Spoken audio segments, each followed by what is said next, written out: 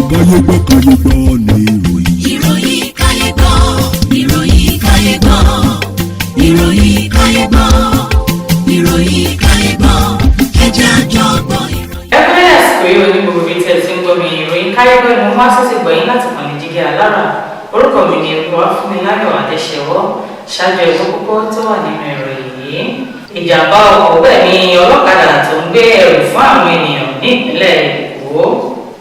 Ọlọ́pàá ti mú ọkùnrin ẹni ọdún mọ́kànlélọ́gbọ̀n kan tí ó jí ẹ̀rọ amúlétutù àti wáyà ní ìpínlẹ̀ Ògùn.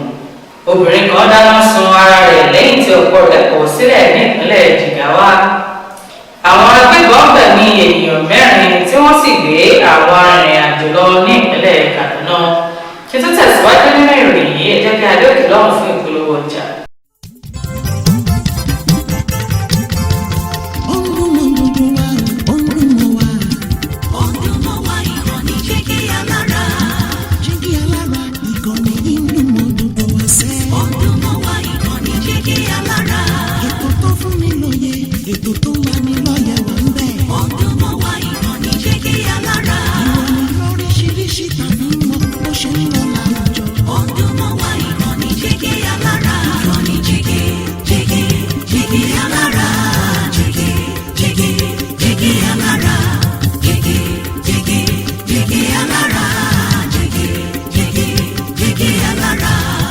Ìkànnì Jígí Alára 24 bàbá gbogbo.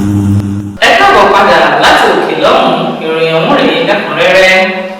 Ìjàmbá ọkọ̀ gbẹ̀mí ọlọ́kadà tó ń gbé ẹrù fún àwọn ènìyàn ní ìpínlẹ̀ Èkó.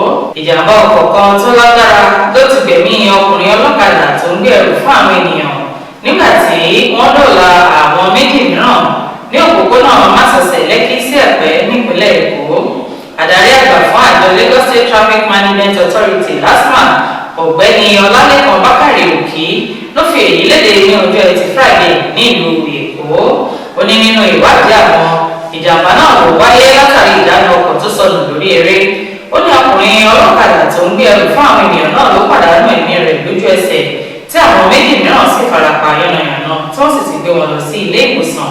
Ó wá rọ àwọn awakọ̀ láti máa ṣe jẹ́jẹ́ nígbàkúgbà tí wọ́n bá wà lójú pópó. Ọlọ́pàá ti mú ọkùnrin ẹni ọdún mọ́kànlélọ́gbọ̀n kan tí ó jí ẹ̀rọ amúlétutù àti wáyà ní ìpínlẹ̀ Ògùn. Ikọ̀ ọlọ́pàá ti ìpínlẹ̀ Ògùn ti mú ẹni ọdún mọ́kànlélọ́gbọ̀n Lẹ́kan Ògúnsáyà fún ẹ̀sùn pé ó jí ẹ̀rọ amúlétutù àti wáyà ní agbègbè Ìṣoṣo ìjọba ìbílẹ̀ Ṣàgámù ní ìpínlẹ̀ Ògùn. Agbẹnusọ fún iléeṣẹ́ ọlọ́pàá ní ìpínlẹ̀ náà Ọlọ́látọ́lá ní afurasí náà ní ọwọ́ tẹ̀ nígbà tí wọ́n tú ẹ̀rọ amúlétutù náà nínú àwọn ilé méjì ní agbègbè ọ̀hún. Ó ní gbogbo nǹkan tó tú ni wọ́n gbà padà ní ọwọ́ rẹ̀ tí ìwádìí sì ti ń lọ lọ́wọ́. Obìnrin kan dáná sun ara rẹ̀ lẹ́yìn tí ọkọ rẹ̀ kọ̀ sílẹ̀ ní ìpínlẹ̀ Jigawa. Obìnrin ẹni 40 ọdún kan ti dáná sun ara rẹ̀ ní ìjọba ìbílẹ̀ Gúrì ní ìpínlẹ̀ Jigawa lẹ́yìn tí ọkọ rẹ̀ kọ̀ sílẹ̀. Alukoro fún iléeṣẹ́ ọlọ́pàá DSP Lawan Shizu fìdí ìṣẹ̀lẹ̀ náà múlẹ̀ ní ọjọ́ Ẹtì Friday. Shizu ní obìnrin náà tó ń gbé ní abúlé Gari Malam ló da epo bẹntiró sí ara rẹ̀ lára tí ó sì dáná sí i tí ó sì jóná kọjá ìdámọ̀.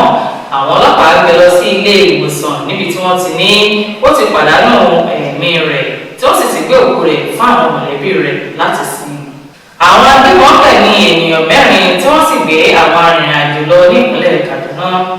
Àwọn agbésùnmọ̀mí ti ṣèkọlù tí wọ́n sì tún ṣekú pa àwọn elétò ààbò ti Kaduna Vigilante Service 2 tó lọ láti dáàbò bo àwọn àgbẹ̀ ní agbègbè Tasake ní Ugwana Mayana ní ìjọba ìbílẹ̀ Birnin-Gwari ní ìpínlẹ̀ ọ̀hún. Olùgbé ní agbègbè náà Idris Khalid sọ ní ọjọ́ Ẹtì pé ìkọlù náà ló wáyé tí ó sì mú ẹ̀mí àwọn 2 lọ pẹ̀lú Àmínà Àdàmú tí ó rin ìrìn àjò láti Burúkú níbi tí ó ti gbé ọmọ rẹ̀ lọ gba ìtọ́jú ní ilé ìwòsàn. Kò ní jù báyìí lọ lórí ìròyìn káyégbọ́ fún títì ní. Orúkọ mi lẹ́ẹ̀kan sí Olúwafúnmiláyọ̀ Adéṣẹwọ́ láti ìkànnì Jígí Alára. Káfíńrè ìpàdé o.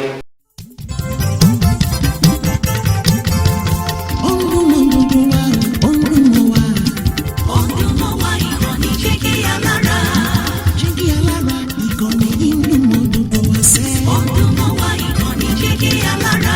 Ètò tó fún mi lóye.